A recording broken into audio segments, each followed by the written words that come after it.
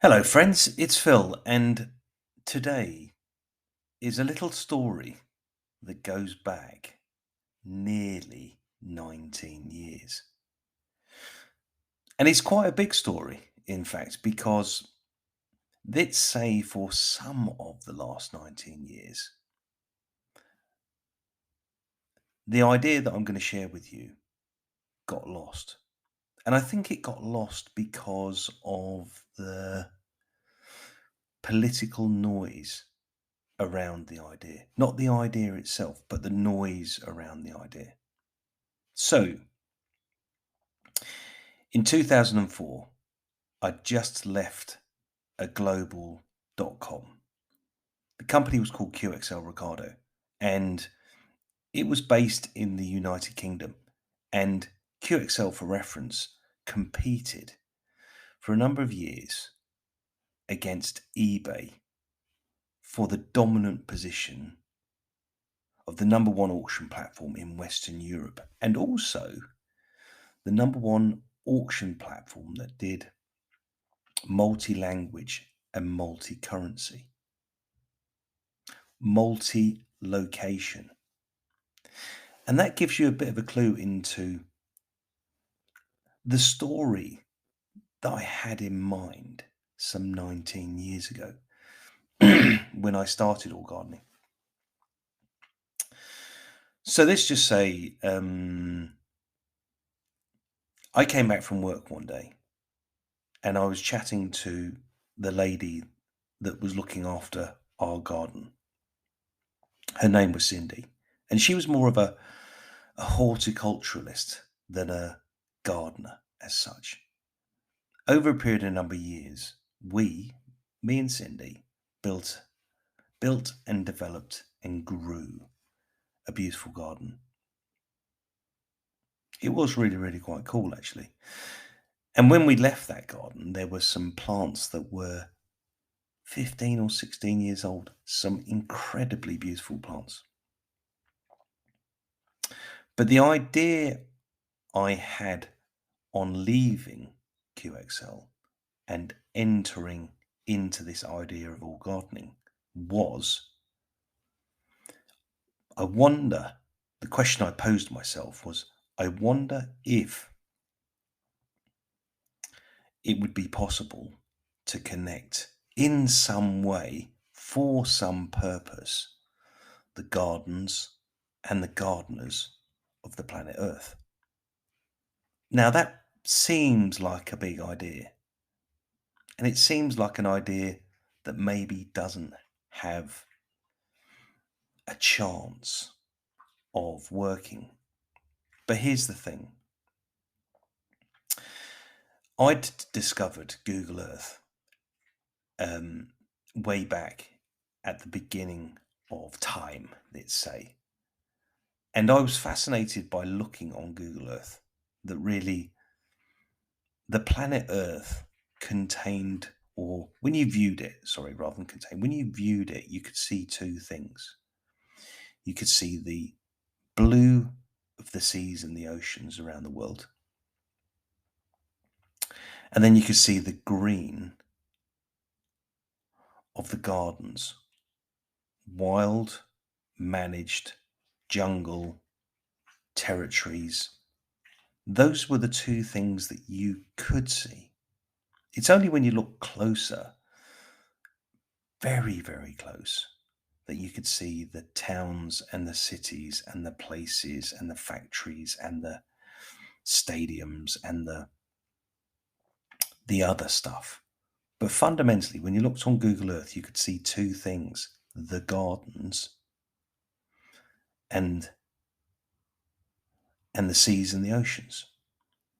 And it kind of, when I first started all gardening in 2004, with this idea of, I wonder if it's possible to connect all the gardens.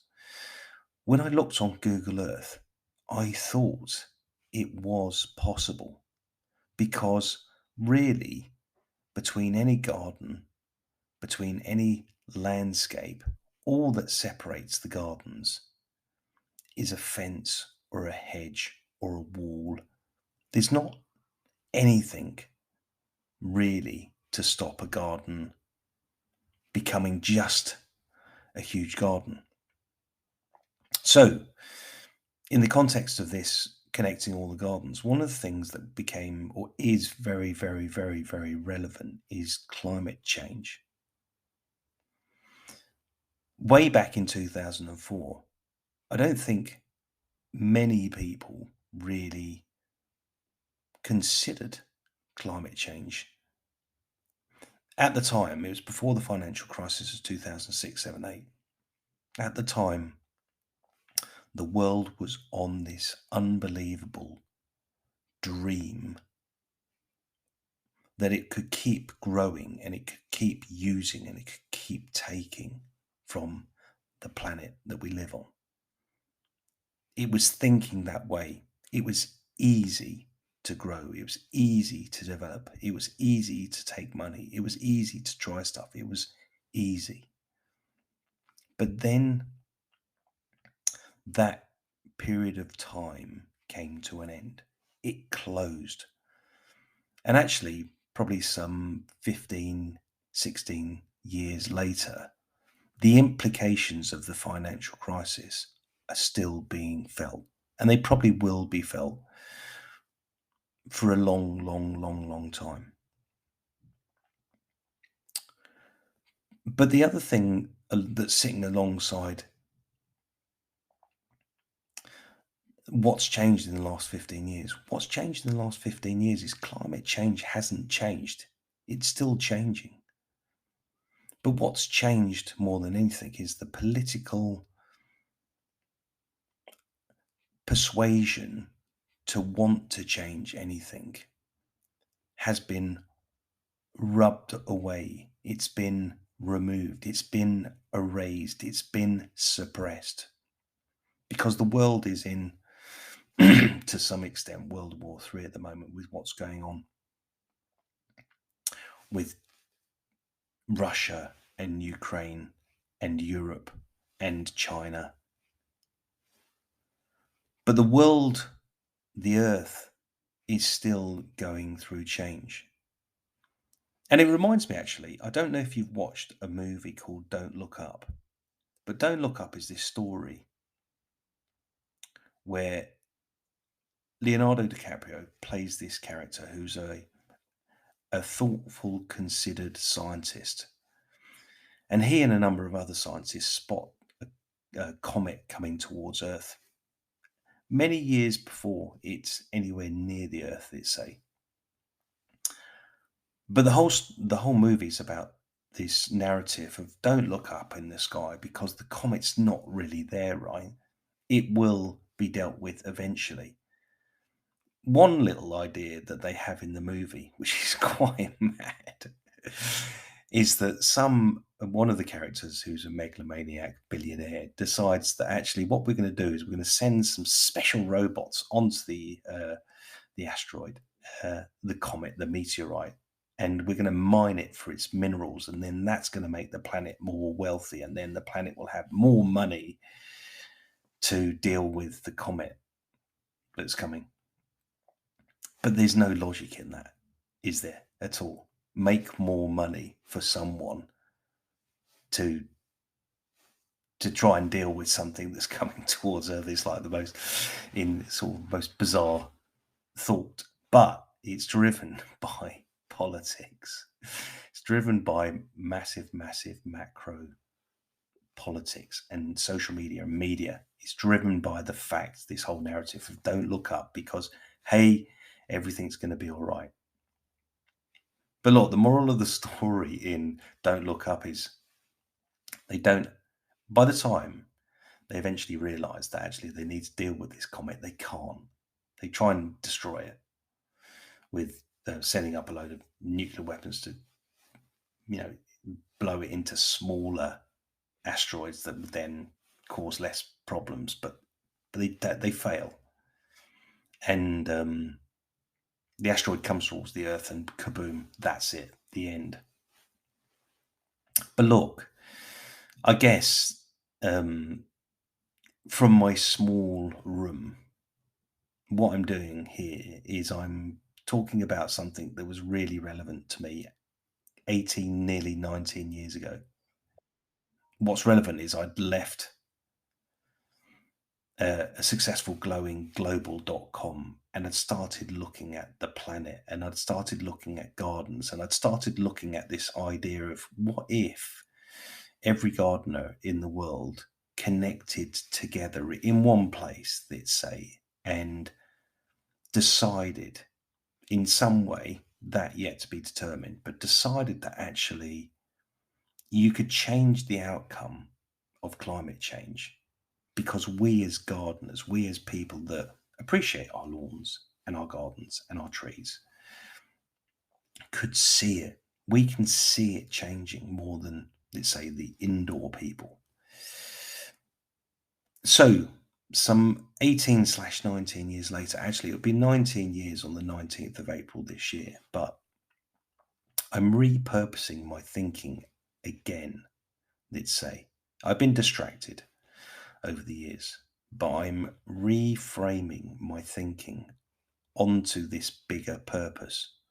Obviously, what we do as a business in the United Kingdom is, and we are small, we look after lawns and we look after gardens for people that care about them.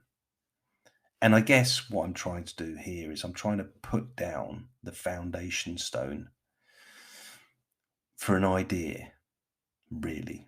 One that's not only mine, there's other companies. There's one particular company that I'm a big fan of, Patagonia, that are driving uh, the initiatives, many initiatives around climate change, activism, active campaigning against or to support climate change positively.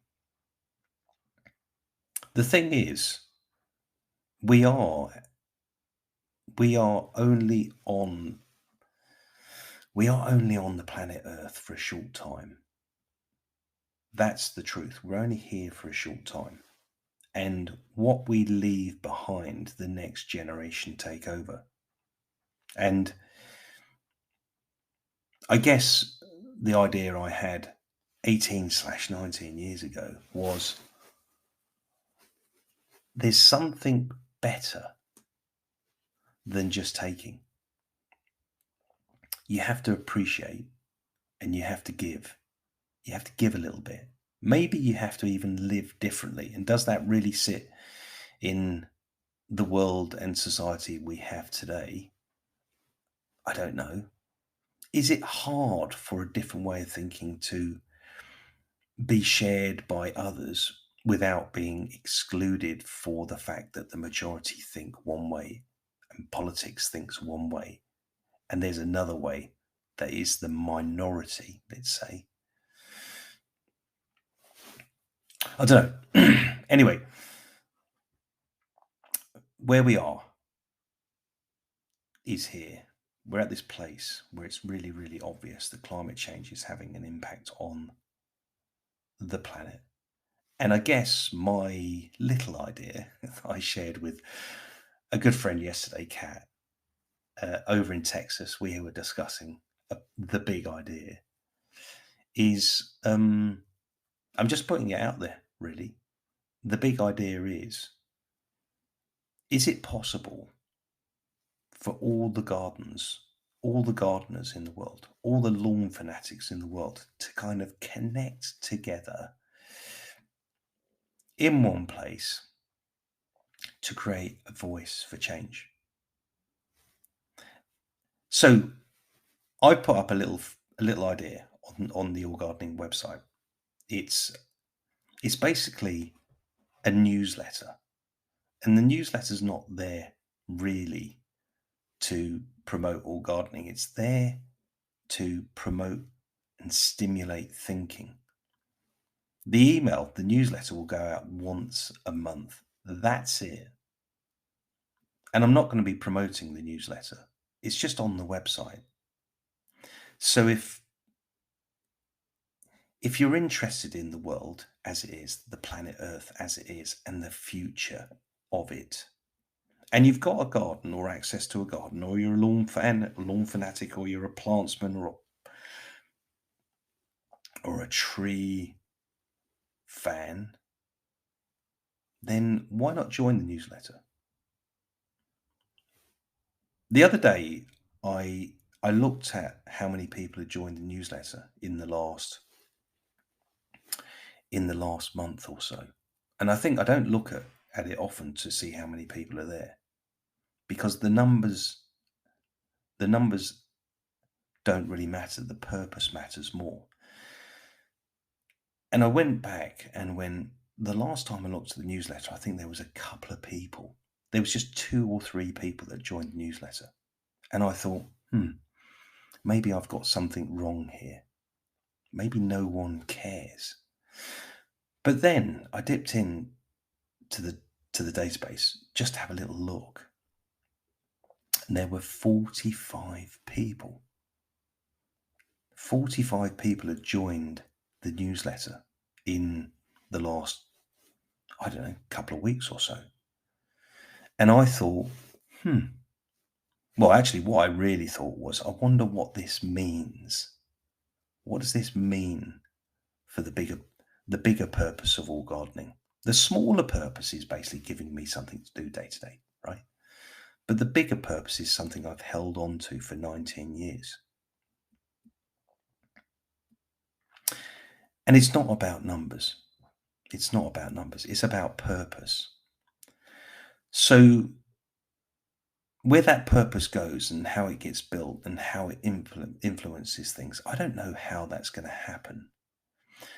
But in a similar way to Patagonia, let's say, is that their ideology and their activism and their campaigning started somewhere. It started with a handful of people. And I guess where I'm beginning, let's say, I'm only beginning at the beginning, to coin a phrase. And I don't know where it's going to go. But there is this one other thing that I've seen, which is, I think there's a foundation attached to Patagonia, which is called the 1% Foundation, I think. And what it says, you can join that foundation and give 1% of your profits to this Patagonia Foundation, who invest in climate change, environmental change support. Not many people know about the 1% Foundation. I think that's what it's called.